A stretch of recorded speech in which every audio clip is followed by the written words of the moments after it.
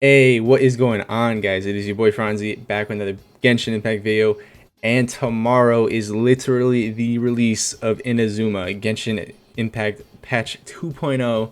Bunch of hype stuff is coming, and of course, one of the biggest hype things that is coming is Ayaka.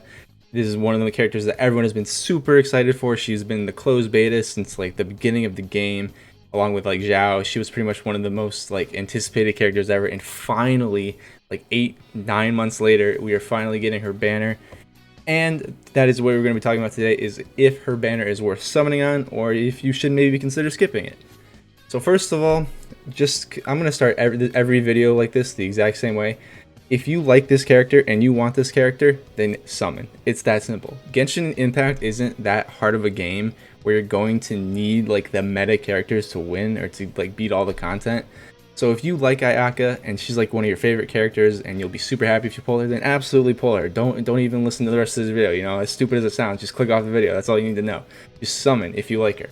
But if you're not sure and you're on the fence, or you're like, I don't know, maybe, then I'll try and help you. But at the end of the day, it always kind of depends on yourself, your situation, what you want, and what you're looking forward to, I guess. So the banner, as you can see here, this is pretty much the leaked banner. It's at this point pretty much confirmed that this is the banner. Ayaka, the 5-star cryo sword user, and then the 4 stars on her banner are Ningguang, Chongyun, and Yanfei. And honestly, this banner isn't bad. I wouldn't say it's great, but I also say it's not bad. So we have to talk about the units on the banner, and of course the first unit we're going to talk about is Ayaka herself. I think Ayaka is going to be a very good character. I don't think she's going to be broken like Ganyu or Hu Tao, but I also don't think she's going to be bad or, not worth it. She has one of the highest base attacks in the game at 342. I know this is Eula, but she also has the exact same attack, just as crit damage as her Ascension stat, which is also interesting. But either way, I think she's going to deal very similar damage to Eula. Honestly, I don't think she's going to match Ganyu. Ganyu is like on another realm of damage, in my opinion.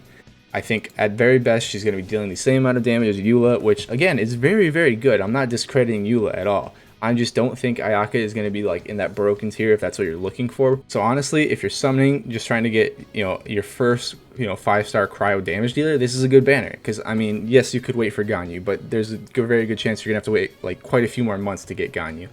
So I think Ayaka is a really, really good cryo damage dealer.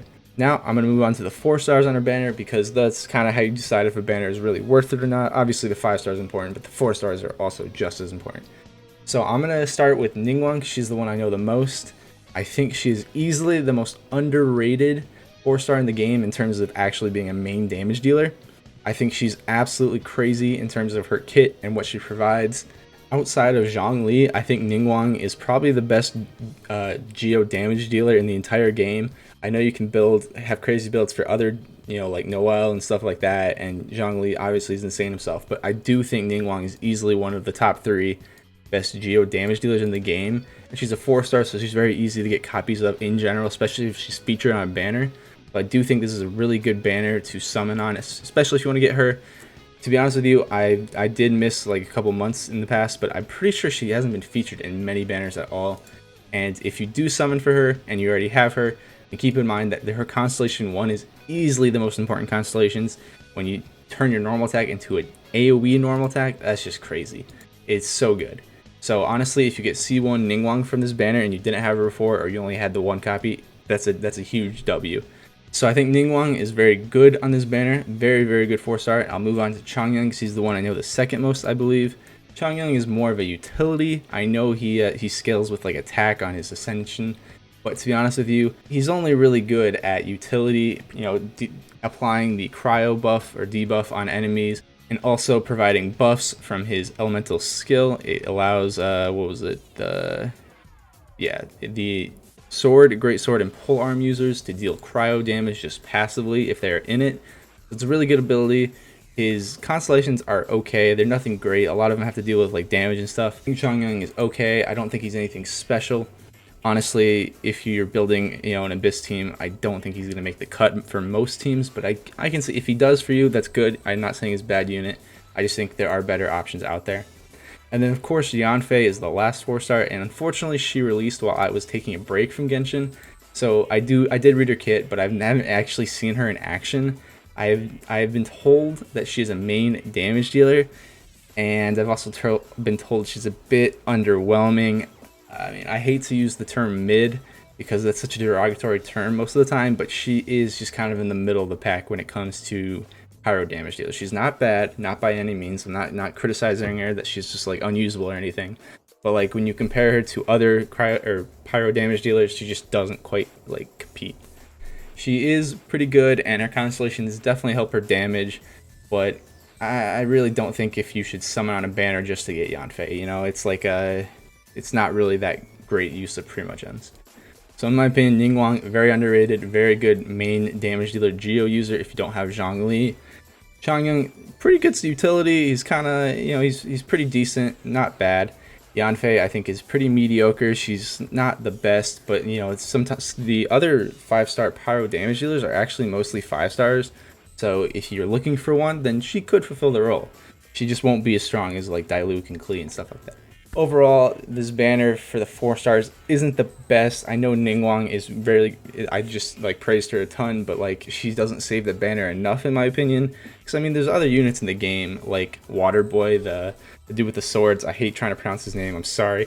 But he's very, very good sub DPS. Fischl's amazing. Bennett's amazing. Like Sucrose is also really good. Like there's just like 4 that are all better than these units in my opinion. So while these units aren't bad by any means, they're not the cream of the crop. So after going over the units on the banner, there's still a couple more things I want to say before I give my final verdict of whether you should summon. You always have to keep in mind what is coming next. And of course, what is coming next is Yamiya. I probably butchered that name as well. But she is the Pyro 5-star bow user that is going to be the next banner in version 2.0. And then along with Yamiya is Sayu, who I thought was Dendro, but for some reason says Animo on Genshin Honey Hunter World.